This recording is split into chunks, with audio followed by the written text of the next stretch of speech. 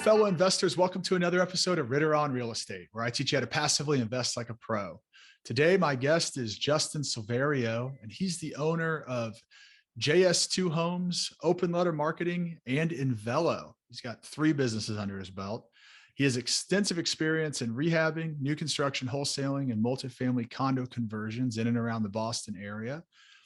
And with Open Letter Marketing, he's focused on providing thousands of real estate investors throughout the country with more effective direct-to-seller marketing.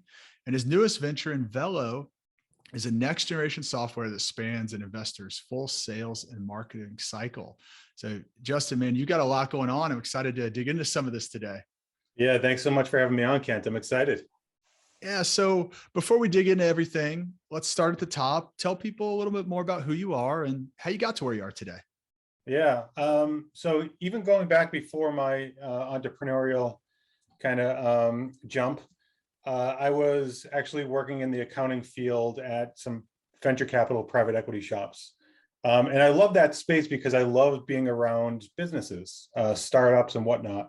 But I always wanted to be on the deal side. And I was always thinking, well, maybe I should go back to school and try to work on the deal side in venture capital private equity. But I had a family, I had a growing family. My daughter was just on, being born. So I was like, I don't want to spend the time and focus going back to school and then traveling all the time for someone else. So I was trying to find a way that I could basically be on the deal side and do something that I want and still be around my family. The goal was to spend more time with my family and figure out how to do that. So I just fell into real estate. I saw it on maybe HGTV, and I knew numbers really well. And my father was always a contractor. He had his own company for about 30 years. So he said, let's team up and we'll start this together and we can start buying homes. I'll teach you the construction side. You know the numbers. So let's do it together. I'll teach you, and then you can be off and running. So that's kind of how I segued into real estate. And it wasn't until 5 years until I left my full-time job to go into business for myself full-time. And then at that point in 2016, I launched Open Letter Marketing because all of the deals that I ever found, or I should say really 90% plus, was always going direct to seller.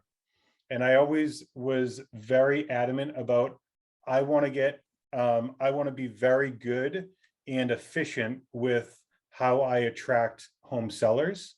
And I always try different strategies, different ways. And through that process, I figured out a much better strategy through direct to seller marketing that I can employ and that I wanted to offer to other investors, because there was really a huge void in the market for anything like that. And then since 2016 until now, just working with thousands of investors and being an investor myself, just digging in and finding other issues, solving other problems for myself and other investors. That's what led me to developing Invelo and really building that out. Gotcha. So yeah, I mean, I think it's a really interesting story because you started out as an investor. You were just mindful enough to pay attention to the pain points you were facing, right? You and other investors, and instead of just continuing to do it the same old way, you decided that you were going to innovate to improve your process, and in doing that, improve a process for a lot of other people, right? Yes. So, Yep. yeah, I mean, I think that's really cool. I'm excited to hear some more about what these systems do. So, and I'm uniquely interested because, of the deals that I've done, only one of them has been really from a direct to seller. All the others have been through brokers, and brokers are great. They are out there and they provide, a really valuable service, and they bring deals in a nice funnel. But, I really have felt that without having that direct to seller strategy, there really is a missing piece in what we're doing, and then what we can offer and the types of deals we can offer to our investors. Now, we're not buying single family homes. We're buying, mid-sized to large multifamilies, right? Kind of 30 units plus. But I think even in that space, I think there's quite a bit of opportunity. So selfishly, I think there's a lot I can learn from you about how we develop our process over the next year. So yeah, Yeah. so I'm excited to dig in. I think that the timing is so relevant for this type of service, just direct to seller marketing in general, because of just where the market is, right? We've Mhm. seen asset prices really skyrocket over the Right. past, through COVID, and now coming out of COVID, especially in the past, let's say 6 months. I expect that continues, and a lot of that I think is just driven from the amount of competition in the market, right? There's more Mhm. money focused on buying real estate than maybe ever before. I think there's more money that exists than ever before, so probably more money focused on real estate than ever before. And I think in that environment, it's really important to go direct to seller, because you want to avoid that competition wherever you can, right? Because those are situations where they get priced up and bid up, and all of a sudden a deal that made sense doesn't make sense anymore, Yeah. right? And Yeah, so absolutely. yeah, so Yeah, I that think was it. oh, sorry. No, go ahead. And that was the biggest thing for me with direct to seller is when I got started. I mean, the long-term view was I can quit my job and I can have my own hours. I can be with family more often. And I knew the way to get there is I don't like relying on other people to create my own success. And for that reason, that's why I jumped into direct to seller marketing. Now, I have worked with many agents over the years, but I always wanted to make sure that I was in charge of my own deal flow and having different avenues. So when I get deals from agents, great. But if I don't get deals from agents, then I have my direct to seller marketing to rely on. And I knew there was going to be a point in time, because 2011 was a much easier time in the market to find deals than it is today. So Mhm. I knew that today would be a time and place that I would be struggling and that everybody would be struggling for deals. So if I started direct to seller marketing and figure that out and have a good strategy, then it can provide me with the deal flow that I needed, regardless of where the market is. Yeah, I agree 100%. I think that's extremely smart. I think it's another arrow in the quiver, right? It's another tool in the tool chest, whatever analogy you want to use. It's just another strategy to have a more complete business and have a more complete offering. So I definitely understand the importance of it. I will be the first to admit that I don't think we have the most sophisticated process right now. So if you're going to teach me how to, what I should be doing, and how do we get sellers attention? Because I mean, on the properties that I own, I mean, we get hundreds of letters a year. I mean, they're like always in my mailbox, and they're all different colors, and they're all different shapes and sizes, and Yep. all different Yeah. things. But what are some of the best things? What are some of the best practices that we should be as we approach this strategy? Mhm.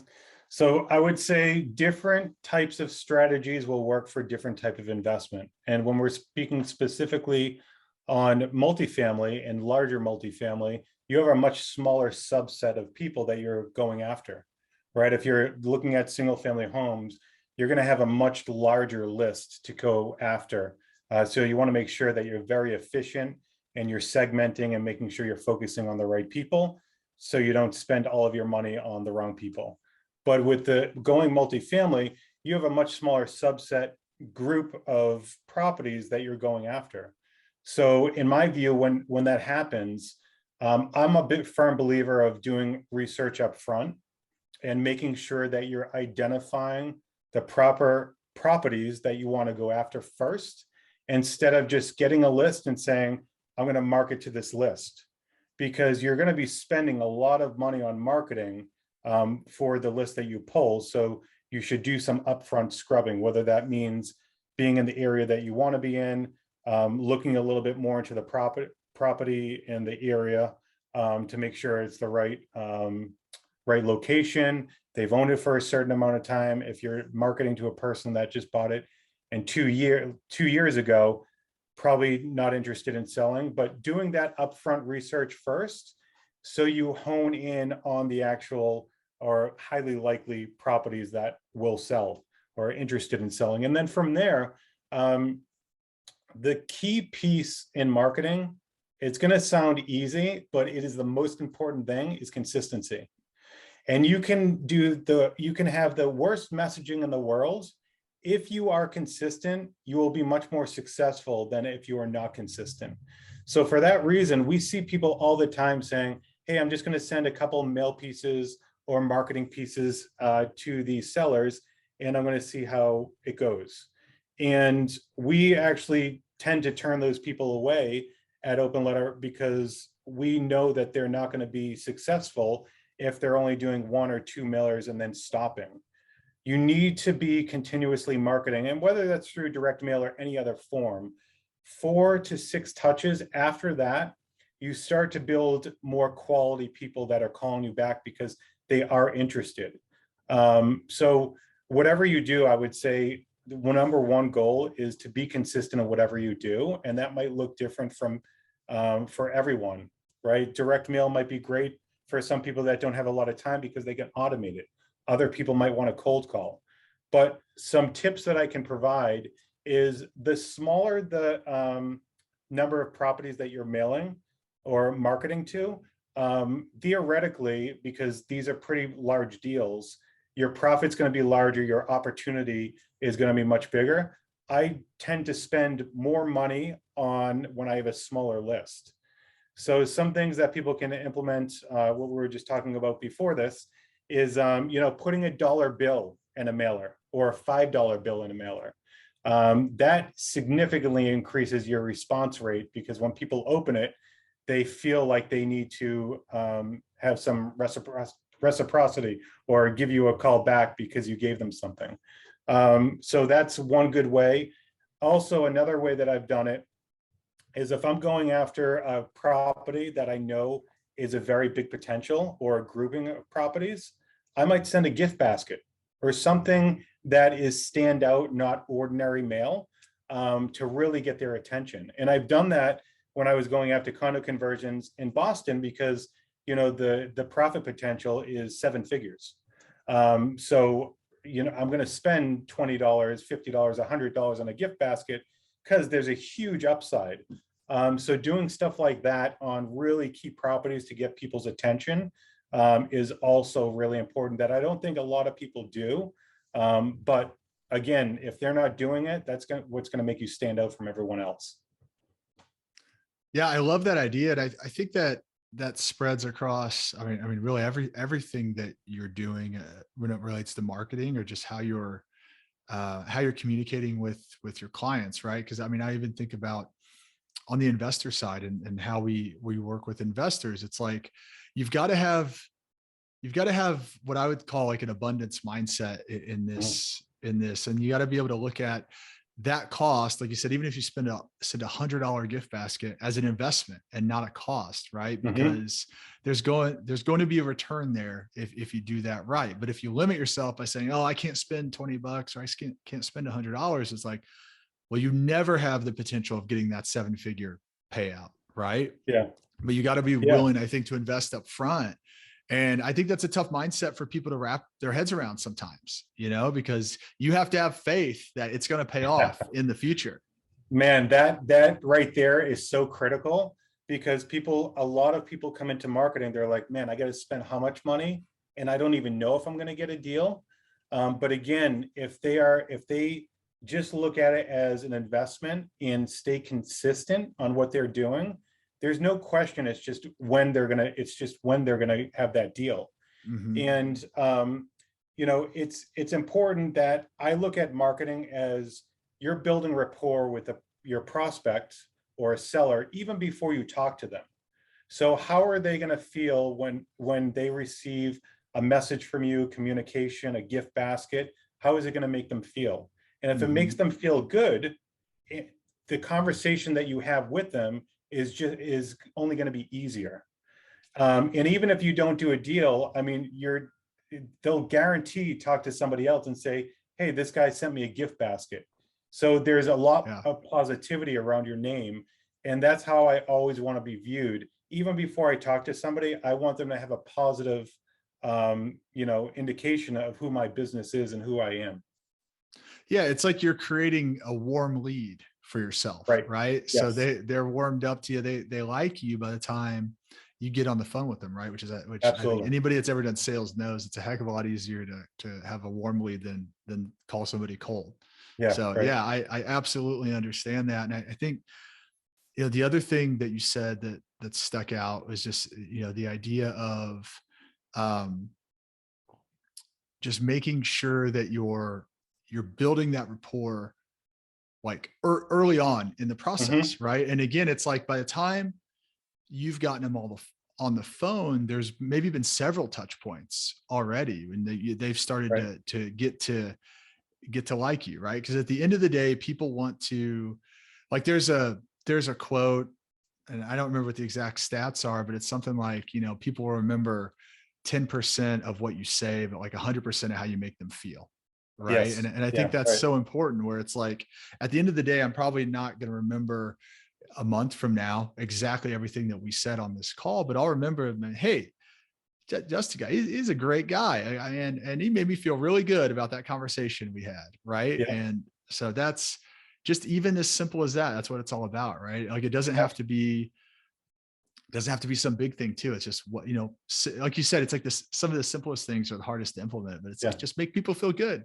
Yeah, absolutely. Yeah, make people feel good, make them laugh, whatever you can. I mean, it doesn't have to be expensive, but something out of the ordinary so they remember you. That is critical. Yeah. And Yeah. I think the important thing here, because I have a lot of listeners that aren't necessarily trying to be active themselves, but they like to invest in real estate, and they invest with other folks. And I think the important, and those folks may at this point be saying, well, what do I care about this marketing process? But I Yeah. think the important thing to understand, and the reason I think it's relevant, is because we go back to, people always tout off market deals, like, oh, I got an off market deal, I got an off market deal. It's like, Mhm. but like, these are the real off market deals, like going direct to seller. Those are Yeah. the real off market deals. Those are the deals that have the potential to be home runs, because you're able to build a rapport, you're able to avoid the competition, and you're able to get better terms, at a lower cost. And Yep. that's what turns deals into home runs. I think that's what's so important for investors to understand about the people they're investing with and their process. And is this something that they're implementing? Is this the way they're sourcing deals? Because those people they're going to have the best deals. Mhm. Yeah, absolutely. I mean, there's so many reasons just for what you said about going direct to seller. But like, not only that, when you have somebody in the middle between the buyer and the seller, there's different form types of communication. You have to go from one person to the next. You can't just talk to the seller right off the bat and really understand their underlying needs. So for me, the ability for me to understand if there's an issue or a reason why they want to sell, I have a much better chance of getting that deal and making it a huge win for them as well. So that's the important thing. And that's hard to do because it's usually, 3 to 4 layers deep, understanding like what their need is or want to sell. But if Mm-hmm. I can identify that, then it's generally a much bigger win for them and for myself on getting the deal. The other reason is because no two people are going to look at a property and think, you know, the investment approach can be this, the same exact thing. I can look at a property and say, oh, that's, a Cape style house, and I have to keep it a Cape. Maybe I say, oh, there is actually 8-foot ceilings in the attic, and I can, add a second story onto it very easily. So the ability to look at a property and think of other options and ways to monetize that, so again, it's a win-win for both sides, is really important. And that's why going direct to seller, it puts you in the front line on getting that understanding and making the decision. Yeah. You're avoiding that telephone game, right? Yes, That yeah, game of exactly. telephone. And if you've been doing this for any amount of time, you've definitely experienced frustrations, Yeah, because that telephone game can get long. It can be from you to a broker, yeah, or your attorney to the broker, to their attorney to the seller. I mean, 5, 7 layers, where messaging can get lost, and the right. effectiveness of your pitch can get lost, right? And so, yeah, I mean, I think all that, I think we've, we've hammered it home. I think people get it. Before I leave the direct to seller piece though, what does, gives people some context, what is being successful as in going direct to seller? Like, what does that look like? Like what does a successful direct to seller campaign look like? Like what are the numbers? Yeah. So I can tell you, so assuming that people are truly identifying the highest quality prospects that they should be going after, generally what we're seeing is if you're sending about 2,500 to 3,000 mailers and doing it over a 4-month cycle, so maybe once a month, you're sending a new marketing message. We're finding that most people get deals between month 2.5 to 4, their first deal. Now, there's a caveat to that because when you're new to investing, there's going to be a lot of deals that you miss for no other reason that you just don't know what a deal looks like. But after you start to get much better at identifying deals and all of that, most of the time we're finding that people that are doing direct to seller marketing through direct mail, month 2.5 to 4 is usually when they're picking up their first deal. Now, we've had plenty of people that pick up their first deal right after the first one, but generally that's it's after 2.5 to 4 month mark.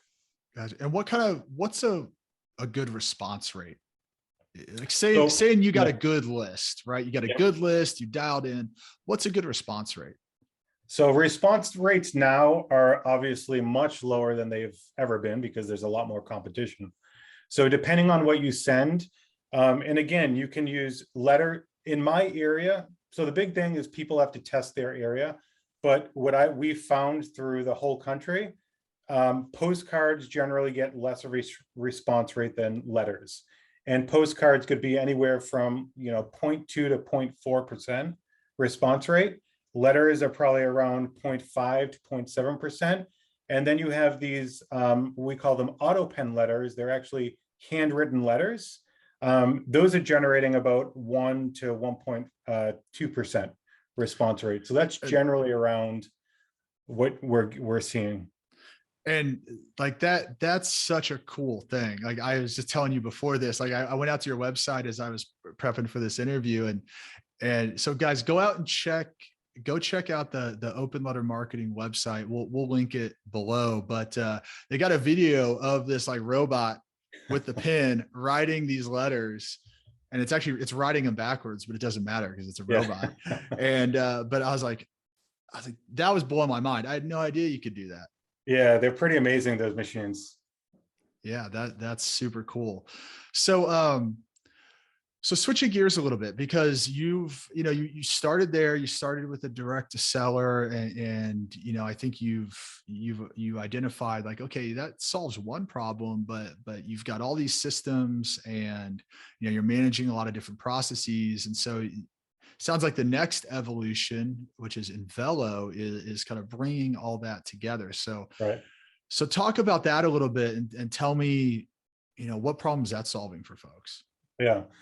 Yeah. So right now, technology is just starting to, in my eyes, catch up to where we are as real estate investors. I haven't found any good system that spans the whole life cycle for an investor. Most people, including myself and other investors that we're working with at Open Letter, most investors are using multiple pieces of software to get where they need to go for their whole sales pipeline. And when I saw that, constant struggle and need, because most systems will only focus on one key aspect. To give you an example, they might just focus on, leads, your lead pipeline, and how you have to communicate with those leads. Other people will just focus on the prospects, the people that you want to reach out to. But no system spans the whole life cycle of prospect, lead, and deal. So even after you purchase it, you still have to do something. Either you have to find tenants to rent it out, or you have to renovate it if you're a rehabber, and then sell it. So we came with this approach, like, we don't want to just build a software. We want to build a platform, because, with software, in the hands of somebody that knows how to use it well, is going to do amazingly well. So in the hands of somebody that doesn't understand software, they're not going to do very well. So just by having a software that does everything wasn't good enough for us. So we really look at Invelo as a platform that has three critical areas. It has the software that, again, spans the whole life cycle. So you can actually you can create lists of prospects. You can segment those prospects to identify which ones are higher quality than others. You can market to them in any manner that you want, in sequences of direct mail, ringless voicemail, email, all of that. You can convert them and push them through your lead pipeline, making sure that none of them fall off and go dead. And you can continuously communicate with them. And then you can convert them to a deal, and then you can manage that deal aspect afterwards. So that's the software side, built in with best practices as well as automations to make life easier for you. But we also build in a lot of education. We are very focused on providing education for the user, so they understand what they need to do, not only in the software, but in as an owner, business owner themselves, to be successful. So we have master classes that are taught by other industry experts, whether in real estate or outside, of how to purchase multifamilies, how to do a syndication, but also how to stay healthy, how to be a great parent while you're building a business. So all of those different aspects that I don't think a lot of people focus on. And then we round it out with community, because being a business owner, entrepreneur, it can be lonely. So being able to communicate and talk to other people that are going through the same stuff that you are, that's a critical aspect for us. So that's kind of everything that it encompasses. Gotcha. Well, that's cool. And I can attest to it, when you are an entrepreneur and you're doing things that most people are not, it can be a lonely feeling. You get a lot of people saying, man, you are crazy. And it's Right. always good to get around, like-minded people that think in a similar way. So I think that's a great addition to the service. So essentially the product is bringing, like you said, it sounds like it's got the database built in, so you can get your list, and then you and it takes it right into, now you're fishing through that list, Yeah. right? Yeah. And then you're tracking.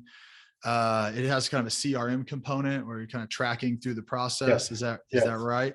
Yeah. Which is also tied in, I'm guessing, to open letter marketing and some other ways of outreach, right? Right. So that's cool. I'm thinking about how this integrates, like how that would integrate into our own process. And I think that kind of becomes that one-stop shop Yeah. for that direct to seller outreach. I mean, is that right? Is that kind of what this is intended to be? Yeah, I mean, direct to seller is just one piece of it. Again, it's like managing. So yes, direct to seller, that is the main focus, because you're pulling your own lists, you're pulling your own leads, and basically trying to convert those to a deal. And we're very heavy on KPIs. That's the other piece that I didn't mention, that we provide KPIs. So you can really analyze every aspect of your pipeline to find out if you need to improve in different areas. So we can provide you with, the conversion from first conversation to, appointment.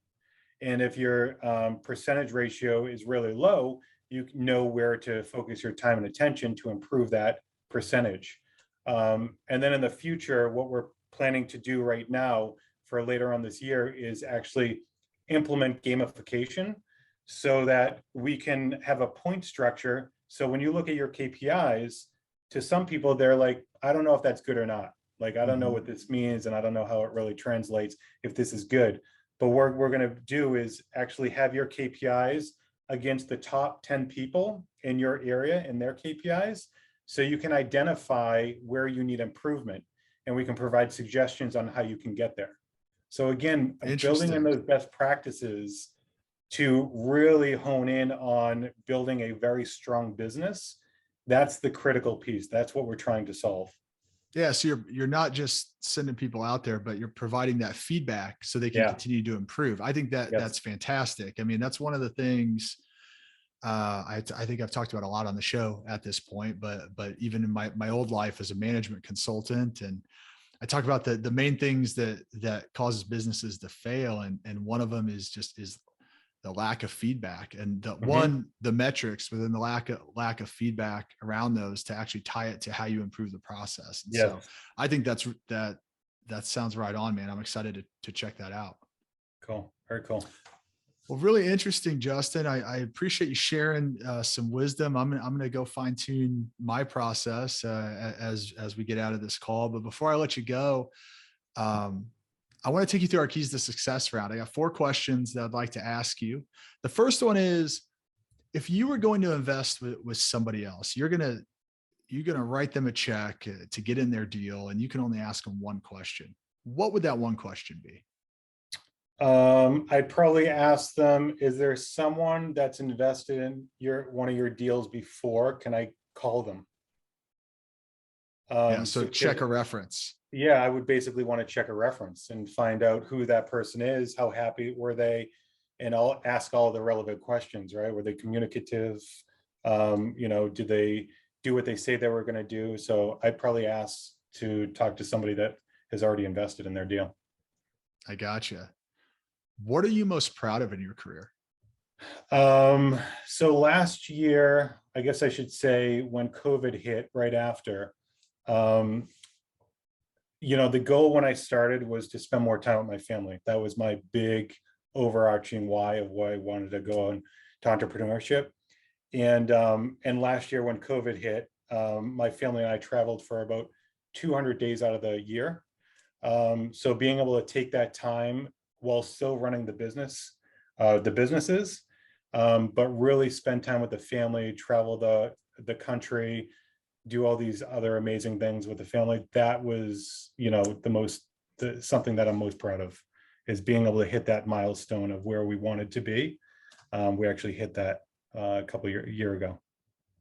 That's awesome, man. I mean, yeah, it really resonates with me. My big why is all around my family too, and so I think that's incredible. You've given yourself that freedom to be able to live the life you want with your family and Yeah, maintain a business at the same time. So right. that's inspiring. Love that. What is a book that everybody should read? You know, um, I'll say two. One is going to be where I feel like a lot of other people say it, but it got me started, Rich Dad Poor Dad. But I'm going to say a different one because I'm actually reading it with my son, and I think it's really cool. Is I believe it's called How to Turn $100 into $1 million. And it's good for any younger, like anybody from 6 to 15, 18 years old that's just starting out trying to understand like finance and budgeting and all of that. And I've started to read that with my son about last week, and he's just so into it, and the concepts that they're talking about and getting him into understanding money and all those aspects. So I would say Rich Dad Poor Dad, but also for kids, that is an amazing book, and it's been really cool to open that up. Yeah, that's awesome. And kudos to you for starting that conversation early and teaching them some things that really matter that they're not going to get taught in school. Yeah, Right. I mean, right. teaching them about being an entrepreneur and how to budget and manage your own money and grow that money. That's awesome. I think that's what we need, more of that education for our kids. I would agree. So Absolutely. really cool. Make sure that book is included in the notes. And lastly, what is your number one key to success? My key to success is, for me, it's just, well, I guess I have two: determination and just being comfortable, being uncomfortable. So I've found that any time that there's been a big shift or I've grown to the next level, I'm really pushing myself outside of my comfort zone. And, even starting out, there were certain things like just networking, going to networking events. I would be in the bathroom sweating. But I kept on pushing myself to do it because I knew that it was going to be really important for me and where I wanted take my business and start my career. So I kept on pushing myself. And every time I did that, I feel more comfortable, get more comfortable with it. And I find that every time that I push myself to be uncomfortable, I'm growing. So growth comes from being uncomfortable. Man, yes, I could not agree more. I love what you said. Get comfortable being uncomfortable. I mean, it's the key to life, man. I think if Yeah, you're not growing, you're dying, right? I mean, right. it's just that's what it's all about. I think just being a human. I think that's what makes us happy. I think is growth and continuing to expand. And I think, yeah, I mean, that's been the game changer for me as well. Of just stopping stopping from shying away from those opportunities and actually starting to seek those opportunities out, to where you get that feeling in your gut of like, oh man, I don't know. And I've started to recognize that and say like, yeah, that means I need to go after this. Yeah. Cause like, even if you Yes. don't nail it, like you're going to be, like you said, you're going to grow through that process, Yeah. and you're going to learn more, and eventually you're going to get there. So I love that. Great message. Cool. Well, very cool, Justin. Thank you so much for coming on the show today and telling us, a little bit about how to do better marketing and some of the products that you're rolling out. I think it's innovative stuff.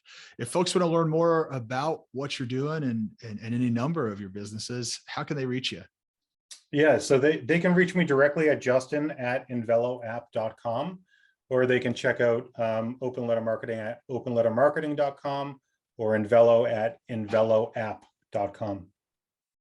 Awesome. We'll make sure all that's included. And Justin, I hope you have a great rest of the day. Thanks for coming on. Yeah, thanks so much, Kent. I appreciate it. This was great.